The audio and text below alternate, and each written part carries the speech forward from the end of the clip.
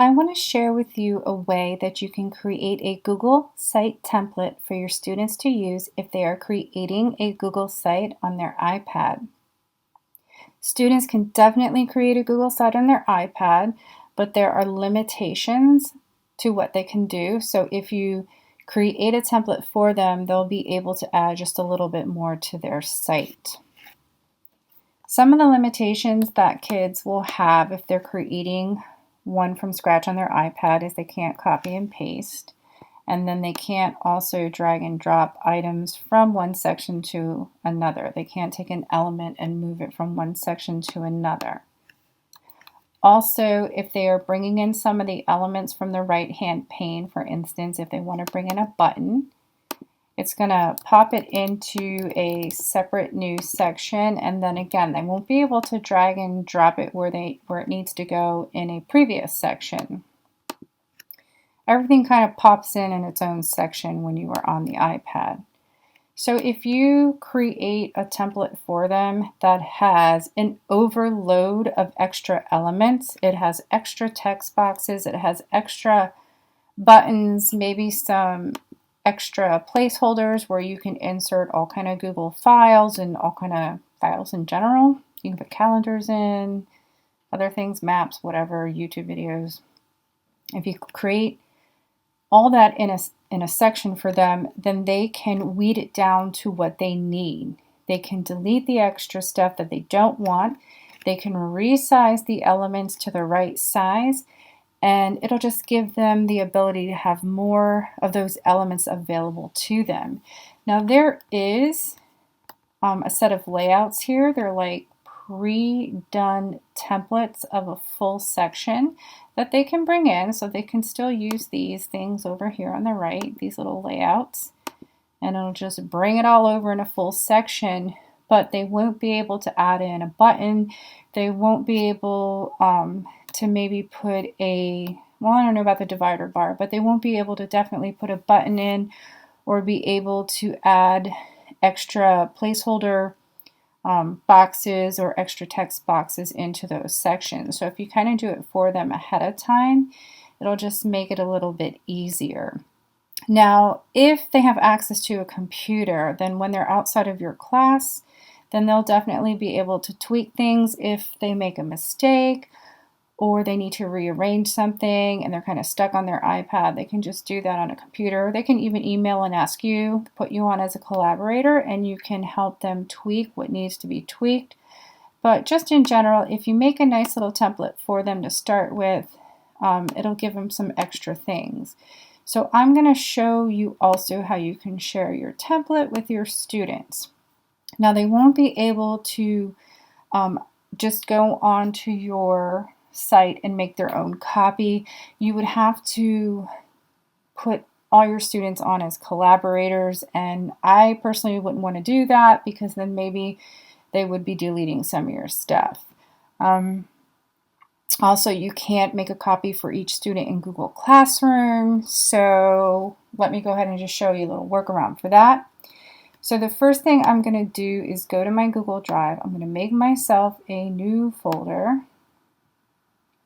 and I'm lagging a little bit, so just bear with my old computer, and let's call this, I don't know, student site template.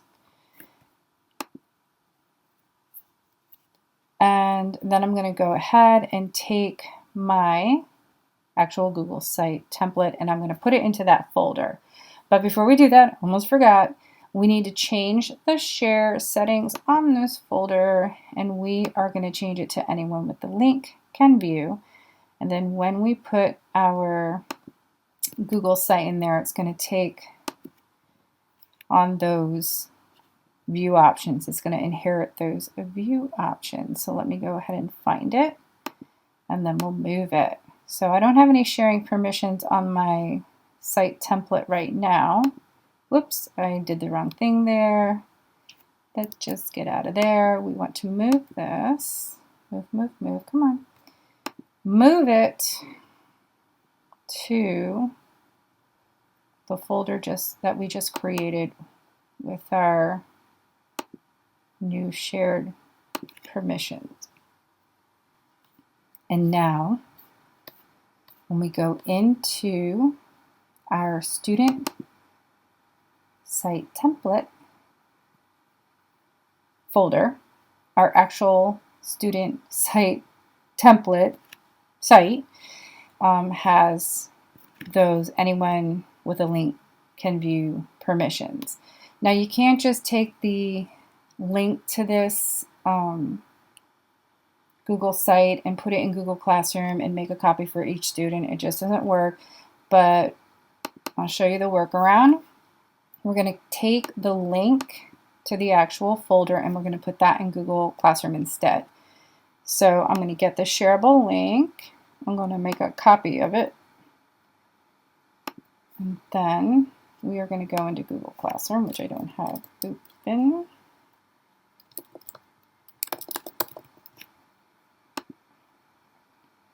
And then I'm going to go into my sample class, and there's nothing in there because I like it very clean. And then I'm going to create my sample assignment. I haven't tested this in a material element, whatever you want to call it. I haven't tested it in materials, but I have tested it in the assignment, so I'm just going to share that folder this way. We're going to give some instructions. Copy the site. Of course, you would be giving your students more detailed instructions, and then I'll put the link to that folder in there. And then I'm going to go ahead and assign it. And like I said, if you try to take the link to the actual website and you put it in that way, even though it has those view permissions on there, they're not going to be able to make a copy, or you're not going to be able to do a copy for each student. So I am going to bring up my iPad and we'll go into Google Classroom and we'll open that assignment up as a student.